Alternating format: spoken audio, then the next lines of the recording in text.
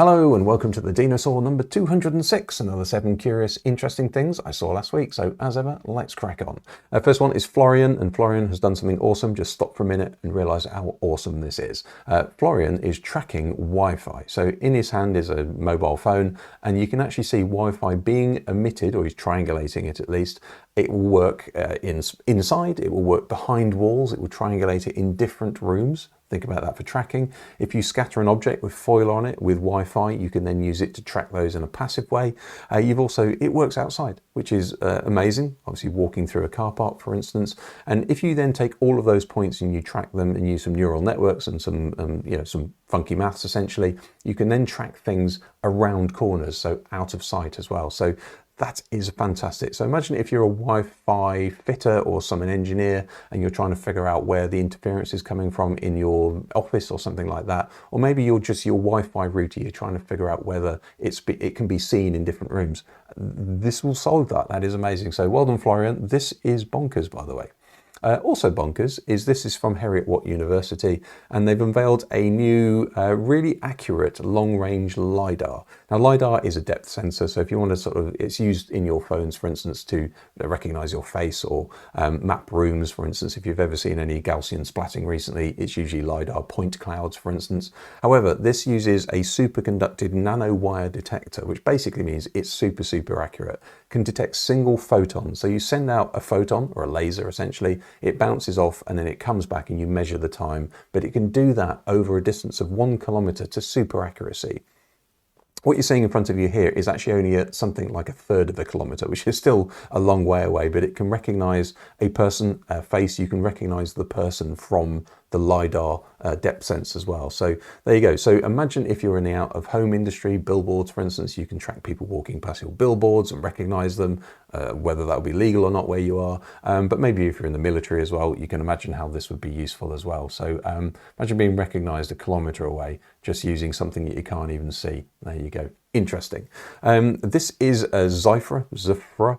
I don't know how you say that, quite frankly. However, I do know how to say Zonos. This is their new Zonos model. So if you have used 11 Labs to generate voices, you'll know you need to pay for them. This is free. So it does text to speech, and also it will do cloning of your speech as well. This is me in real time uploading a 60-second clip and then asking it to say this, and it trains itself on that. I'll shut up quite now and just let you see actually what it says. Hello there. My name is Dino, and I'm testing the Zonos voice generation model from Zifra. What do you think? So it trained that on just 60 seconds of audio, and every time you smash the generate button, it will give you a different version of it. You can't really control the intonation or anything like that, but it's still pretty good. It's not a million miles off, but the other voices they've got are really good as well. So if you're looking for an AI generated voiceover for free, and essentially this is free, there's a link in the description down below, then go and have a go of it. It's really interesting. So there you go, free. If you've not been following your bicycles for a while, then electronic shifting and also electronic braking is becoming more and more popular. However, the current versions of them, like the Di2 for instance, you have to put a battery in it because it's obviously battery powered. In one of those kind of like, well, that's pretty obvious. Classified, who make really funky hubs with internal gears in them, they've actually filed a patent for an integral generator. So essentially a dynamo essentially in the hub that will then create the electricity and store the electricity for the gear shifter.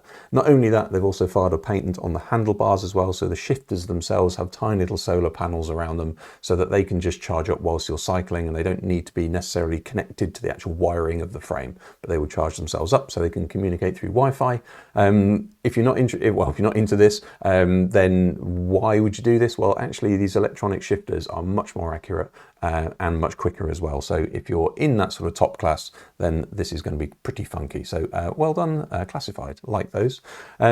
This was actually something that I was researching for the new OpenAI research model. There's a new research model. If you're interested in that, go and have a look at it. However, it led me onto this. It's like, how do you know whether any of these AI models are better than the others? And it turns out there's a thing called humanity's last exam. So I think there's like 500 like experts in stuff have created 2,700 questions from, language to science to physics to chemistry to all sorts of things, general knowledge. Those questions are not known, they're not published. Here are some that they did allow you to see just so you get a sense of it. However, that 2,500 questions, you give it to an AI, it then goes through those questions and it's then given an exam score. And that's what you're actually seeing on the left-hand side here. So the latest O models in OpenAI are doing pretty well. They're leading. DeepSeek is not far behind. And what we used to think maybe a month ago was like the best model ever, which was ChatGPT 4.0, is actually, you realize, is not very good at the moment. So there you go. So if you didn't know, humanity's last exam does exist. And if you want to know how good AIs are, then possibly look it up on this, which is interesting.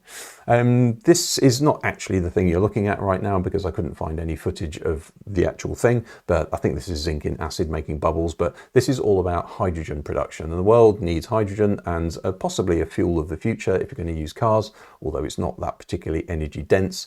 But notwithstanding, if you need hydrogen, usually what you have to do is you have to react some stuff together, and it usually creates more CO2 than you really need. So in this case, if you try and create 1 ton of hydrogen, it creates 12 or about 12 tons of CO2, which is not great. However, we've had a bit of a breakthrough. So scientists in Peking and Cardiff have created a new bimetallic catalyst. So if you then react that with bioethanol, so you can get bioethanol from farm waste, or essentially you can react it with plant matter, so it is ultimately renewable. If you react it at 270 degrees, it then creates hydrogen and acetic acid, which we can use in the food chain, for instance, but no CO2, which is amazing. So this is a big step forwards. We can create essentially CO2-free hydrogen. Amazing. So if you didn't know, now you know. And finally, it turns out lots of people are trying to steal the EV charging cables because of the copper content. So this has been spotted in Seattle, and this is a Tesla supercharger, which apparently has a warning on it, which says, you know, pressurized cable. And it turns out it's CatStrap, and they have this thing called Dyedefenders.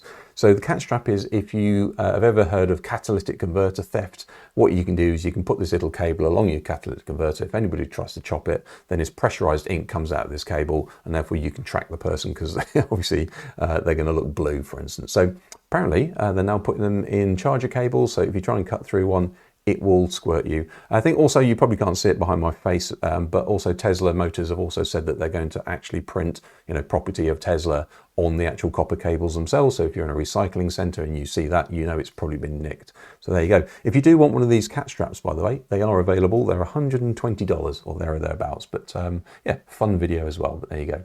Hopefully that was interesting. Hopefully it was useful. If you're not subscribed, you know what to do, and I'll see you next week.